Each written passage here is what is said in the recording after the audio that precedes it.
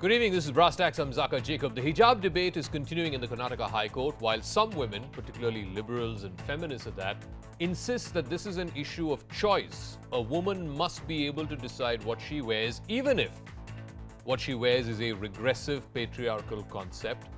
But the problem with the freedom of choice argument is this. It plays straight into the hands of patriarchal, misogynistic men. The latest example is that of a Karnataka Congress MLA, a gentleman by name Zamir Ahmed Khan, who says that women who don't wear hijab are giving an invitation to get raped. Now, this is just the latest instance that I've quoted. The question is this: will this whole freedom of choice argument be caught in this vortex of patriarchal, chauvinistic politics, the kind of which Mr. Zamir Ahmed Khan has just articulated?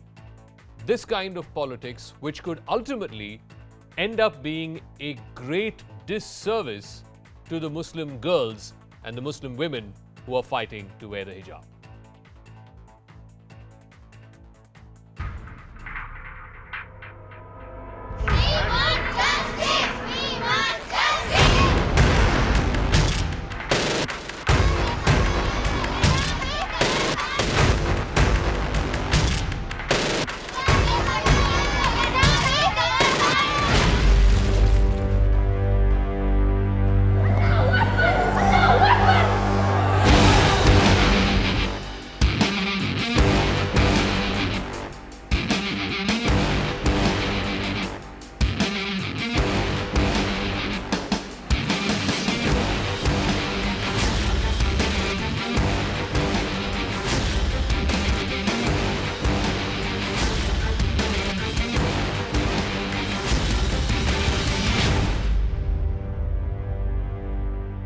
All right, before we go to our guest, there was a very interesting sort of conversation that happened during the course of arguments today in the Karnataka High Court between the petitioner and one of the judges. The petitioner went on to say that in some countries, including countries like Malaysia, for example, this is Devdutt Kamath, who's the lawyer for the petitioner, he said the apex court, the Supreme Court of Malaysia, has said that hijab is an essential religious practice. Mind you, the legal question, the constitutional question before this bench is also this, that is wearing hijab an essential practice in Islam? To which Justice Dixit asked, who was earlier hearing this and now part of the constitutional bench, he asked a very simple question: is Malaysia a secular country or an Islamic country? To which the lawyer represented, it's definitely a theistic country or a non-secular country, as it were. Justice Dixit then asked, is there any country or any court order in any other country which has taken a divergent view, which sees wearing the hijab is a non-essential practice in Islam? Devdutt Kamath, to which he responds by saying, I'm not aware of any other contrary judgment, but he says, I'm not the final repository of knowledge in this. Now, what this conversation illustrates, and I think this is the larger point that a lot of people are trying to make, is that ultimately it boils down to what kind of country we want for all of us, including our Muslim brothers and sisters. Should we follow the example of countries like Malaysia, Egypt, Iran, Pakistan, etc., or should we aspire to be a more liberal sort of Western democracy example, as it were? But be that as it may, let me bring in our guest. Gurdeep Singh Sapal is Congress spokesperson joining us. Shehzad Poonawalla, spokesperson of the BJP. Dr. Zeenat Shaukat Ali is Director General of the Wisdom Foundation. And Sona Khan, advocate, is joining us from the Supreme Court. I'll start with you, Mr. Sapal. So in the course of the arguments today, on the one hand, the petitioner's lawyer argued that the state has no role in saying what a person can or cannot wear because Article 25 guarantees that right to every individual. But at the same time, the petitioner's lawyer also argued that the college development committees have no role in deciding uniform, and basically the state has outsourced law and order to the College Development Council. Now the question is, you can't have it both ways. If the state cannot decide what can and cannot be worn in a state-run institution, mind you, this whole thing began at a government PU college in Udupi. If the state cannot decide and impose a dress code in a state-run institution, then who decides, sir? I think this question has two parts to it. One is, of course, the patriarchal issues, and other is the role of the state. And allow me to go back in history, because you have mentioned Article 25. In 1947, when Pakistan was being created, this country witnessed the most horrific riots in which almost 2 million people lost their lives. It was a charged, polarized environment in which this new republic was born. That was the era when every caste, every religion, they wore their own symbols. Even Nehruji was called Panditji. Maulana Azad was Maulana. Sardar Patel was Sardar. Radha Krishnan wore a turban. He was a Tamilian, not just Sikhs. Master Tara Singh wore a turban. That time, if the government of that day had decided to go into these questions, then we were a nation of 92% illiterates.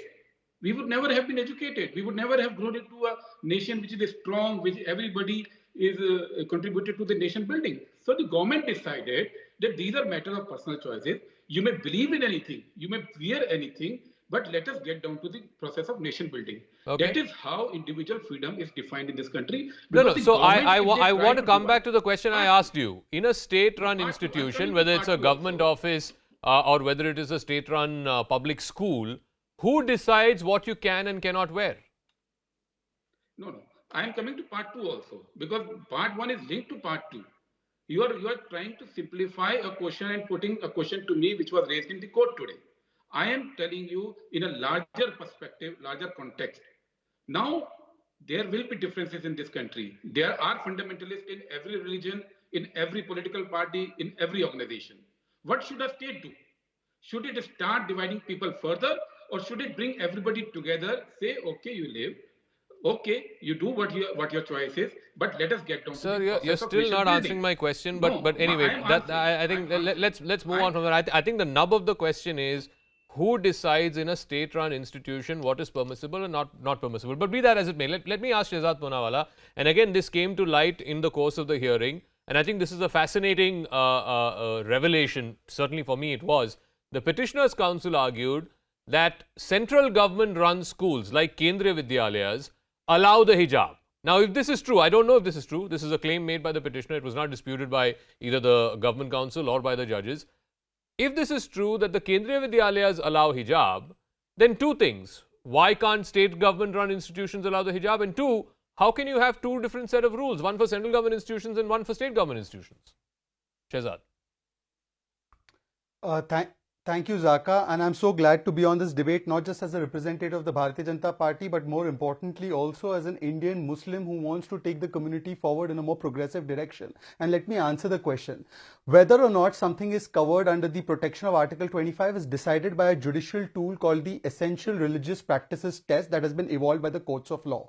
For instance, my friend Gurdeep Sappal wears the turban very proudly, and we are proud of that. And he can go to a classroom and wear that turban because his kanga, kada, kirpan, all of these, the 5 Ks have been protected under the ERP test by the courts of law because it is essential to the practice of Sikhism. The question now that is asked is that is hijab essential to the practice of Islam? In a sense that if a Muslim girl does everything else but doesn't wear the hijab, does she not follow Islam? Is that the question? The Supreme Court, as per 2015 order, has already decided that it's not an essential practice of Islam. The Kerala High Court in 2018 has decided that, and I as a Muslim can tell you that the hijab is mentioned in the Quran 7 times, none of them in the context that these fundamentalists want us to believe. Zina Shaukat Ali will tell you in what context it is. It is actually in a more cultural context, more of a private personal context, but not in a religious context. And therefore somebody in Arabia might want to wear it, but somebody in India is not duty bound to wear it. If I don't wear it, doesn't mean that I don't follow Islam. But let's for an argument say that it is an essential practice of Islam. That what the pro-choice argument people are saying, that it is essential to practice of Islam.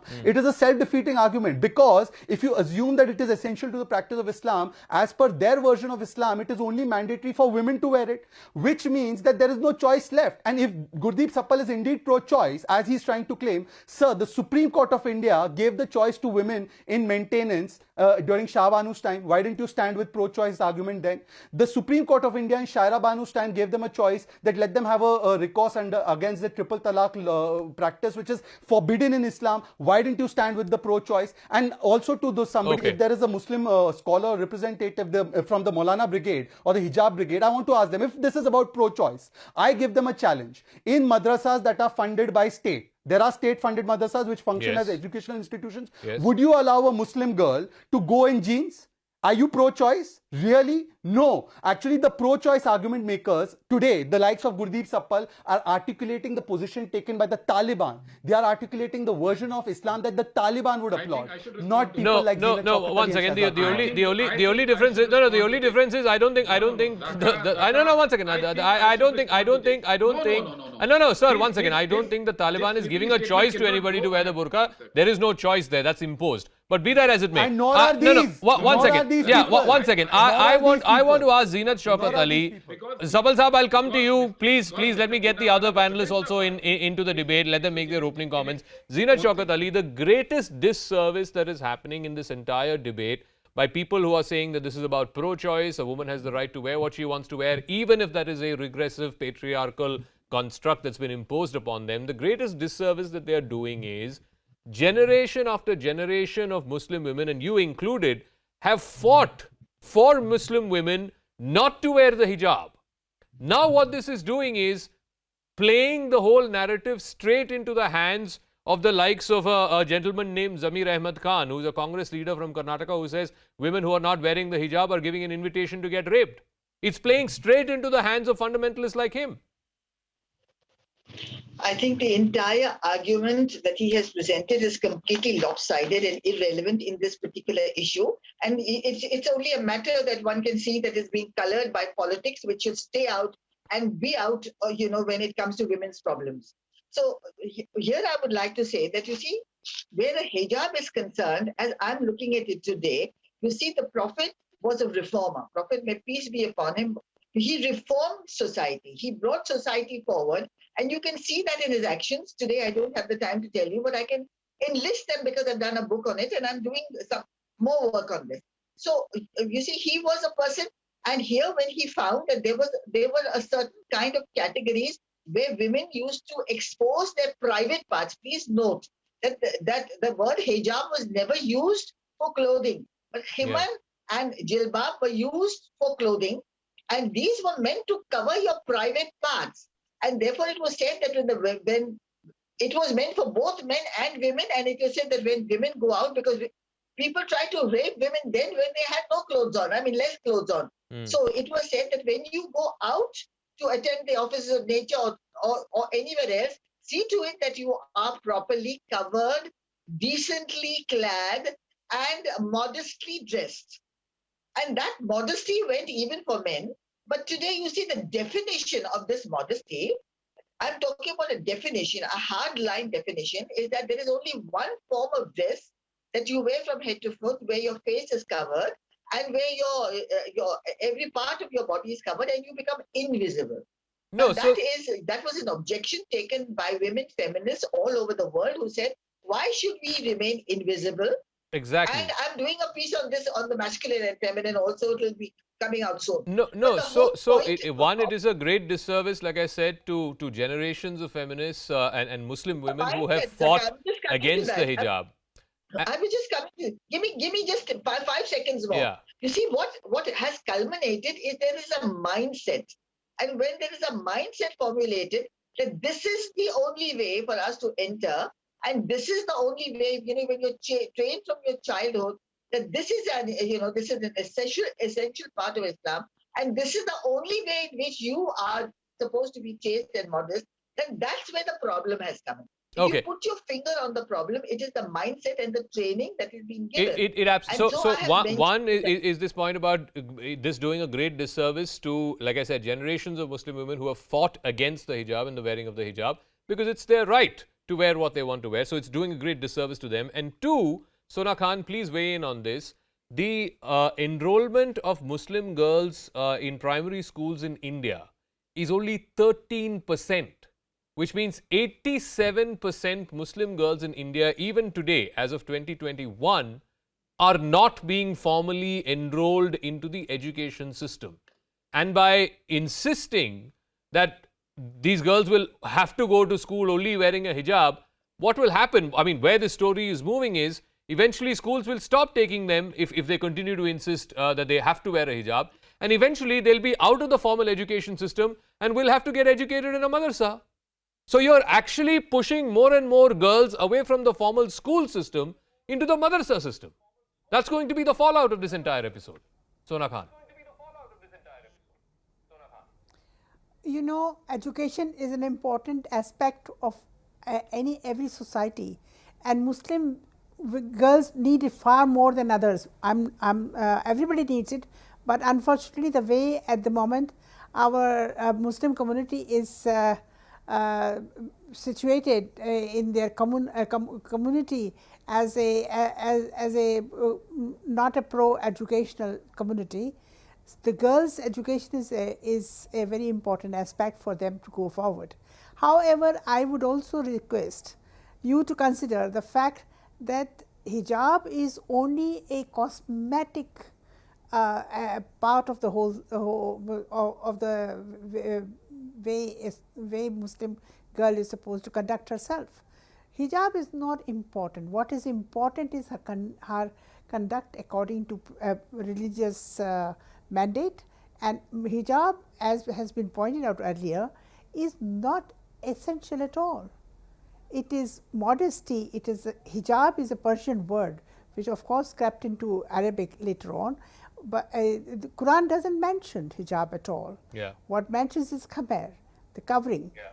And as a result, the education which is being imparted, I mean the religious education which is being imparted is very faulty. Many people don't know Arabic at all, and the Quran being in Arabic, the translations are absolutely sometimes are faulty.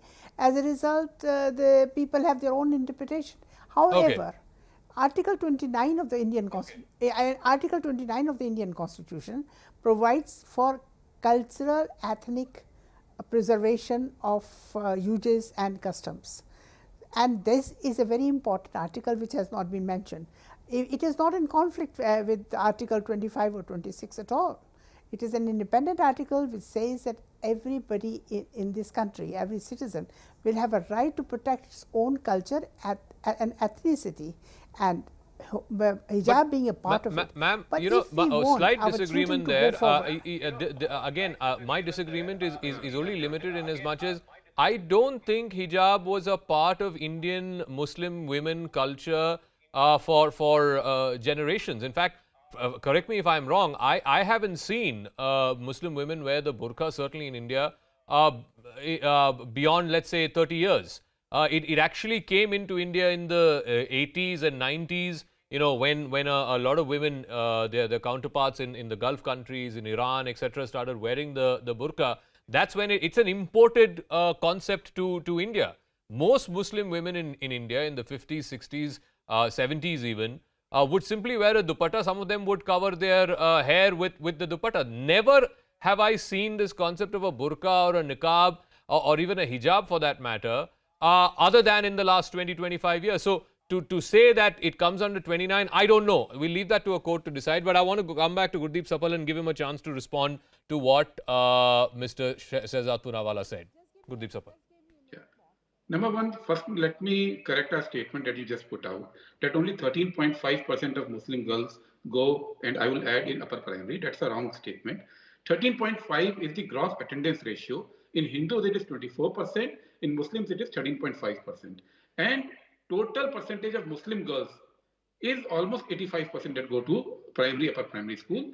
14.54 is the percentage among the total girls.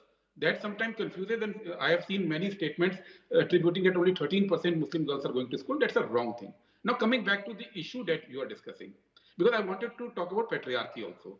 As a party and as an individual, I stand against patriarchy. I have seen in my own community, in my own families, there was ghungat, which is no more there. There was ghungat, there is ghungat in several parts of India, still it is there. But try to understand, if India had imposed this condition that the girls will remove ghungat or chunari or parda, only then they will be admitted to schools. They would not have been educated. Similar thing we are saying. We are against patriarchal symbols. We are against but Sapal Saab, many such practices. No, one second. Many such practices which were considered essential to various cultures across India, whether it is child marriage or sati, had to be outlawed, right? The law had to be amended for these practices, which at that time was considered essential to be outlawed. So the question is, are we willing to progress with the times? Are we willing to that is reform what with I the am telling times? That you. is what it boils down to. Zaka, that is what I am telling you. In several parts of India, even in Hindu community, even in other religion, there are pockets which are backward, where these things are still prevalent in the women folk, in the girls. It is there. So are you saying that they will not be educated till they reform themselves? No, no, This no, is no. That's our not what I'm saying. self-defeating argument. To say No, to if we had say put this that condition, societies remain no, if static and therefore laws can't be imposed from answer top me, down, answer I don't me, think that answer argument me works this, because Zaka. most Are laws have you been saying imposed top till, down. For are example, up you until a few saying years till ago, many all people these thought triple communities talaq was reform an essential themselves, part they will not be of educated? Islam. Then what happened? They brought in a No, no, law. no. Tell me this The thing. Supreme Court Are you adjudicated upon that law. advocating? Are you advocating that till all the societies reform themselves, they will not be educated? No, Tell me no, this. no, no. The point is education is the means of reform. And by insisting that girls have Education to is wear means the of hijab reform, to correct. get educated, you're actually hindering their education. Shehzad Punawala. It is true that you are hindering the education, but this So is also which true should be that more first- important? One second. No, no, which No, should be more important? education Wearing a is piece more of cloth important. or getting an Education education? is more I'm very clear important. what should be more Allow important. them to be educated. Shehzad. Allow them Okay. to be educated. Shehzad. This is what Zaka, is can you please what allow is me my important. space? Yeah, Because okay, there's Sapal Saab, I limited heard time you. on Yeah, the show. Shehzad. also- Shehzad. Zaka, here is where the hypocrisy of the Congress has come out very eloquently without me saying in one word. This is the Congress party whose chief minister in Rajasthan, Mr. Ashok Gehlot, on record says, and a good statement, that घूंघट puts women backward. ये घूंघट दक्यानूसी है, ये घूंघट से बाहर आना चाहिए महिलाओं को. This is the stand they take on घूंघट. But here they come and say hijab is a symbol of empowerment. And Priyanka Vadra compares it to bikini. I don't know what that is comparison wrong. she was drawing. But look what the other leaders. Sir, please don't interrupt. Zaka, please. Zaka, this Sapal can't Saab, be Sapal done. Saab, please. Zaka, I He didn't- request he you. didn't This is interrupt. not He that didn't kind of interrupt. a Let him show. finish his Let point. me I'll make come my back to you argument. if I you did not think interrupt there is you. a merit This for is a rebuttal. patently But unfair. let him This is please finish patently his unfair point. to the BJP. Yeah, let him This is finish. patently unfair to the BJP. Okay, Shehzad, Please. I'm only hearing you. Go ahead. Yeah. Zaka, yeah. Zaka, today look what statement has been made by Zamir Ahmad. And if they truly believe what they say, if the spokesperson of the Congress party articulates the line of the Congress, they should be sacking Zamir Ahmad, because Zamir Ahmad says that if a woman is not in hijab, she is entitled to get rape. He's justified rape. 48% of rapes happened with women clad in burqa. 93% rapes take place of women by people who know them. The woman's clothing is not the issue of rape. It is the man's mindset and his ability or his intention to dominate the woman using his sexual force. So to justify rape, to legitimize rape, if you truly believe in these high ideals that Gurdeep Sapal has lectured us about on your show, he should be sacking Zamir Ahmad. Instead, he defends Zamir Ahmad. He defends Irfan Ansari. He defends all these people, Saab, including will Gehlot, you who sack says that Zamir women Ahmad Khan? face I know fake cases your against chief rape. spokesperson has put out a statement saying that the Congress party does not We have- associate itself with the Zaka, statements made by Zaka, Mr. Zamir Ahmad please Khan. allow me But to speak. surely you can do more than that. Yes, Zaka. We have clearly condemned the statement of Mr. Zamir Ahmad. Unlike BJP, which never condemned the similar statement of Mr. M.L. Khattar, who's Chief Minister of Haryana, or a similar statement by Mr. Yogi in last elections, or a similar statement by T.S. Rawat, who was CM of Uttarakhand. Please condemn all those statements also, like we condemn this statement by any congressman which is misogynistic in nature. Okay, We do look, not stand I for don't misogyny. want to get into this political tutu meme, but let me go back to, Why not? let me go back Why to both not? the women. Zeenat Shaukat Ali, again, I come back to the court hearings, and I started with this. The petitioner's lawyer today was asked when he quoted the example of Malaysia, is Malaysia an Islamic country or is it a secular country? And he said it's a theistic country. I think fundamentally what this boils down to is what is the vision that we have for our country, including the 17, 18 crore Muslim brothers and sisters in this country. Do we want to follow the path of, a Saudi Arabia or an Egypt or a Pakistan or a Malaysia? Or do we want to follow a more liberal, nuanced, democracy where everyone is allowed to have their freedom of choice, but at the same time, that is moving in a progressive direction, not in a regressive direction? Very good question, and I think it's a very interesting argument that had come up. You see, first of all, Islam is not monolith. Islam is the name of principles, of practices, of becoming a good person, spiritually sound, and helping others. You see, this man, woman, feminism, masculine, everyone was treated under a banner and a certain understanding was projected where men, masculine and feminine, there is no difference. The people, women who do good will be rewarded, and the men who do good will be rewarded. The women who don't do good will be punished. The men who don't do good will. So this equation that we are drawing today, that itself is questionable. So, and I want to say that Islam is not monolith. For example, in Malaysia, there's a certain diet that people follow, whether you are a Muslim out there in the majority community or in the minority. There is a particular kind of diet that people follow in the Arab countries. There's a particular kind of diet people eat in Afghanistan. This all depends on the geography. Okay. So does the clothing, so does the manner. Okay, You know, I'll, so I'll, therefore, I'll you see, give the when I final say word that- to Sona Khan. Very quickly, ma'am. Again, I started off this debate by asking, I think there are two issues that this bench has to settle. One is whether this is an essential practice in Islam, number one. Number two is who governs what can and cannot be worn in a government-run institution. At the end of the day, this began in a government-run PU college. I think the law is very clear, particularly when it comes to private and minority institutions. The collective rights of the institution override the collective the rights of an individual. But in the case of a government-run institution in a secular country, shouldn't the state have the authority to decide what can and can't be worn? Sona Khan.